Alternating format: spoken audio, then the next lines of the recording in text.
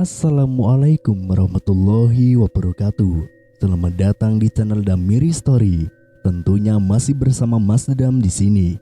Kali ini Mas Dam akan melanjutkan cerita tentang Tersesat di Nusa Kambangan bagian 3. Nggak usah berlama-lama lagi, langsung saja kita masuk ke dalam ceritanya. Mingkar mingkurengang kala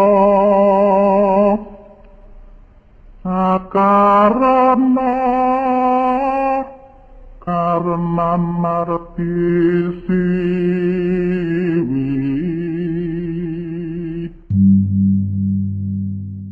Roni mengiyakan ajakan Elena. Lokasi rumah Elena memang terpisah dari perkampungan, sehingga Roni harus melewati sebuah jalanan yang menurun cukup curam. Ia melihat ada pohon-pohon bambu yang menjulang tinggi. Di sanalah letak rumah Elena, sebuah rumah gubuk kecil yang disinari lampu 5 watt. Di depan rumah itu hanya ada satu jendela kecil dan sebuah beranda rumah yang terbuat dari bambu. "Pak, ada tamu nih."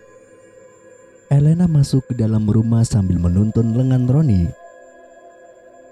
Walah, kebetulan sekali kita lagi ada selamatan nih.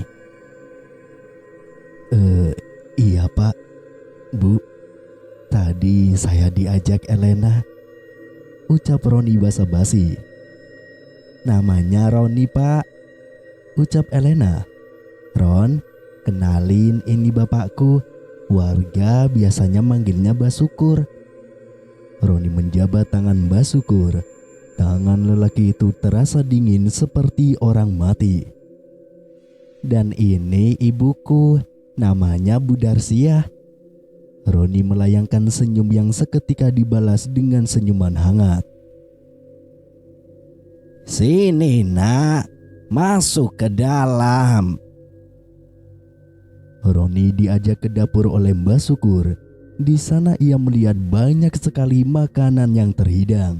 Ada ikan goreng kakap, sayur, lobster, ayam goreng, dan berbagai macam-macam makanan lainnya. Mbak Sukur dan Ibu Darsia duduk di hadapan hidangan, sedangkan Roni dan Elena duduk bersebelahan. Melihat semua hidangan yang enak-enak di hadapannya, membuat air liur Roni mencair di dalam mulutnya. Untuk menjaganya agar tidak menetes, ia menelan air liurnya sendiri. Silahkan dimakan nak Roni. "Oh iya Mbak, terima kasih banyak. Kebetulan saya sangat lapar sekali. Dari kemarin saya belum makan Mbak." Dengan lahap Roni menyantap hidangan itu. Usai makan, mereka mengobrol banyak hal, dari mulai awal kedatangan keluarga Mbak Sukur di Pulau Nusa Kambangan hingga soal pasar malam yang setiap sebulan sekali digelar. "Oh ya Mbak, ini namanya kampung apa ya?" "Pasir Putih, pendahulu kami yang menamainya," yang menjawab malah Elena. Diminum dulu tehnya nak. Ibu Darsia menyuguhkan segelas teh dan secangkir kecil madu. "Wah, iya Bu, terima kasih banyak." Roni tersenyum dan meraih secangkir teh hangat. Sebenarnya, apa tujuan nak Roni datang ke Nusa Kambangan ini? Tanya Mbak Sukur. "Oh, tujuan saya cuma berwisata saja Mbak. Ya, soalnya banyak yang bilang kalau Nusa Kambangan ini pulau penjara. Jadi saya penasaran." Oh alah, ya jadi begitu ya. Mbak Sukur menyeruput secangkir kopinya. "Oh iya Bu, Pak, boleh nggak kalau Mas Roni nginep saja di rumah kita untuk malam ini? Kasihan dia." Tadi saja kayak orang nyasar di kampung. Boleh ya Pak, Bu? Elena menatap ibu dan bapaknya. Tentu saja boleh kok nak. Kebetulan ada banyak kamar kosong di rumah ini, kata Mbak Syukur sambil tersenyum. Terima kasih banyak Pak, Bu. Kalian baik sekali. Saya jadi tidak enak. Roni tersipu malu. Gak apa-apa kok Mas, kami jarang kedatangan tamu.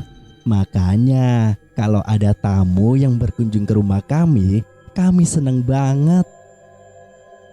Betul itu nak, jarang sekali orang yang mau bertamu ke rumah kami. Bu Darsia menambahkan ucapan Elena. Malam itu obrolan ditutup dengan bersulang secangkir teh. Roni pergi ke kamarnya. Di sana ada kasur yang sangat empuk dan nyaman. Bantalnya wangi, seperti baru saja disemprotkan pengharum. Ada selimut tebal yang hangat dan sangat nyaman jika digunakan. Roni mematikan lampu lalu membenamkan dirinya di kasur. Ia tidak menyangka ternyata di tengah hutan seperti ini masih bisa menemukan keluarga yang baik hati seperti Elena, Mbak Syukur, dan Bu Darsia. Untuk sementara ia bisa bersembunyi di rumah ini dari kejaran para petugas lapas. Perlahan ia mulai memejamkan matanya. Suara dengkur Mbak Syukur terdengar dari kamar sebelah. Besok pagi dia akan menanyakan jalan menuju pantai, lalu pergi dari perkampungan ini. Keesokan harinya, entah apa yang terjadi, Roni mendapati dirinya terbaring di atas dedaunan kering. Tepatnya di bawah pohon beringin, seekor kalajengking merayapi di wajahnya. Ia berteriak ketakutan, masih melekat di ingatannya kalau semalam itu dia menginap di rumah Elena. Kemana mereka? Di mana kampung Pasir Putih? Semuanya lenyap dengan begitu saja. Di sekeliling Roni hanya ada semak-semak, rumput liar setinggi 1 meter, pohon yang besar-besar, dan sebuah tiang yang ada bercak darah kering di permukaannya. Roni sedang berada di lembah, tempat eksekusi para narapidana yang divonis hukuman mati. Ya, apalagi kalau bukan lembah Nirbaya. Roni terdiam masih kebingungan dengan apa yang terjadi dengannya. Ia kemudian mendekati sebuah tiang yang terdapat bercak darah kering. Ia menduga kalau tiang itu digunakan untuk eksekusi para terpidana mati. Bulu kuduknya seketika merinding. Ia segera menjauh dari lokasi itu. Secepat mungkin ia menemukan pantai agar bisa menyeberang ke dermaga Wijayapura. Ketika Roni sedang berjalan menyusuri hutan, tiba-tiba ia melihat iring-iringan orang yang memikul keranda. Rombongan itu berjalan ke arah barat. Roni membuntutinya dari belakang. Sesampainya dia di sebuah pemakaman, di sana ada sekitar 10 kuburan. Sebuah lubang sudah disiapkan untuk mayat yang baru saja diantarkan. Mayat dikeluarkan dari keranda tanpa dibungkus kain kafan. Roni dapat dengan jelas melihat kalau mayat itu adalah Elena. Roni terkejut bukan main melihat mayat Elena. Sebab baru tadi malam ia melihat Elena di rumahnya. Roni buru-buru menghampiri kerumunan orang di pemakaman itu. Ia ingin menanyakan perihal kematian Elena dan kampung Pasir Putih. Sesampainya di sana, lengan Roni menyentuh pundak seorang lelaki. Entah apa yang sedang terjadi. Tiba-tiba saja tubuh lelaki itu seperti kabut yang buyar saat tersentuh.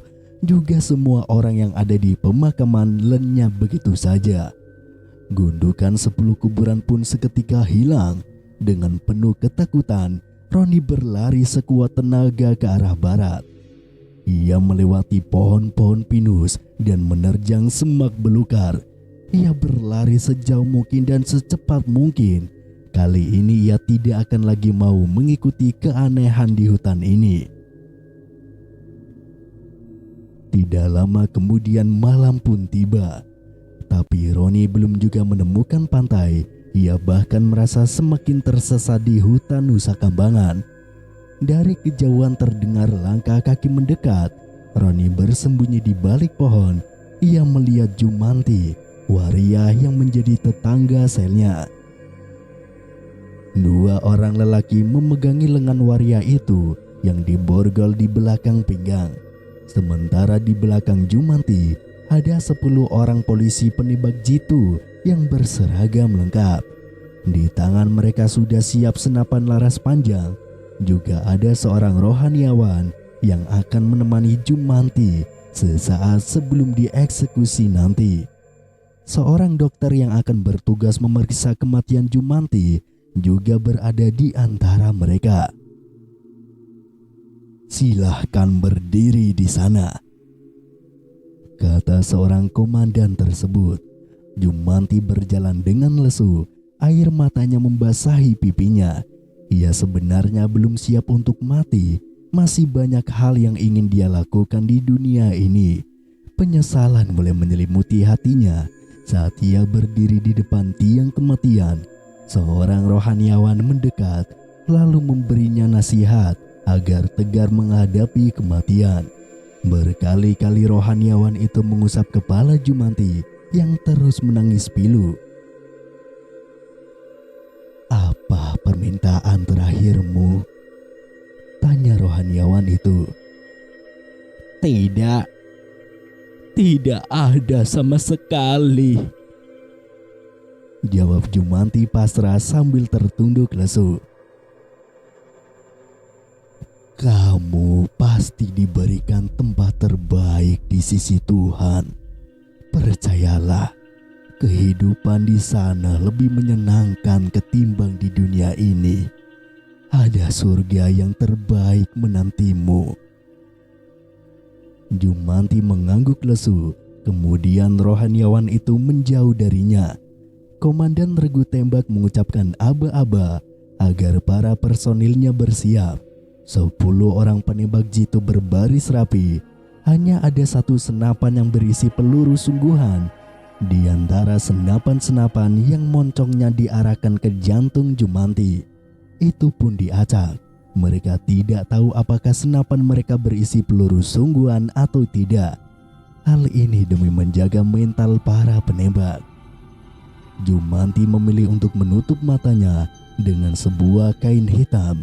Komandan berdiri di samping para penembak jitu. Ia mengacungkan sebuah tongkat sebagai aba-aba bersiap. Lalu saat tongkat itu diturunkan, seketika suara tembakan memekak memecahkan keheningan malam. Jumanti terengah-engah di antara hidup dan mati. Ia sekarat, tapi jantungnya masih berdetak. Sesuai prosedur, setelah dokter mengkonfirmasi kalau Jumanti masih hidup, komandan mencabut pistolnya yang ia sarungkan di pinggangnya. Ia mengarahkan moncong pistol itu tepat di atas telinga Jumanti. Dengan sekali tembak, Jumanti tewas seketika. Sementara itu di balik pohon, Roni tidak sengaja menginjak ranting sehingga menimbulkan bunyi yang terdengar oleh telinga komandan. Sialnya, Roni malah lari. Ia kemudian dikejar oleh sekelompok regu tembak. Beberapa kali komandan menembaknya tapi meleset. Entah pada tembakan keberapa, akhirnya peluru komandan tepat mengenai punggung Roni. Saat itu juga Roni tewas di hutan Nusa Kambangan. Ia tidak pernah bisa kabur dan tidak akan pernah bisa menemukan pantai. Hal ini karena Mbah Syukur, roh terkuat di Pulau Nusa Kambangan, yang selalu menyesatkan langkah Roni agar tidak pernah bisa sampai ke pantai. Setiap kali Roni berlari, sebenarnya dia hanya berputar-putar di suatu tempat. Ya, di lembah Nirbaya. Roni hanya berputar-putar di tempat pengeksekusiannya sendiri, dan Roni tidak menyadarinya itu. Hingga akhirnya tepat seperti yang dikatakan Roni, bahwa dia mati tertembak bukan karena waktunya sudah tiba, namun karena ia berniat untuk melarikan dari pulau itu. Sekian. Terima kasih buat teman-teman yang sudah mendengarkan cerita ini sampai akhir. Saya Damiri. Sampai bertemu dengan saya di cerita-cerita selanjutnya. Akhir kata, wassalamualaikum warahmatullahi wabarakatuh.